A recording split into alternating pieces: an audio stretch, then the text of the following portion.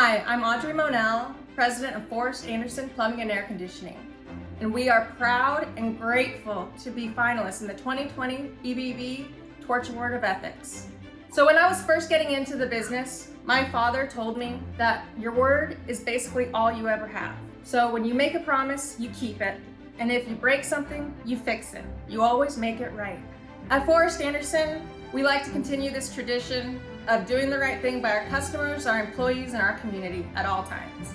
The only reason that Forrest Anderson even exists is because of our wonderful team members, our incredible customers, and the great community that we live in.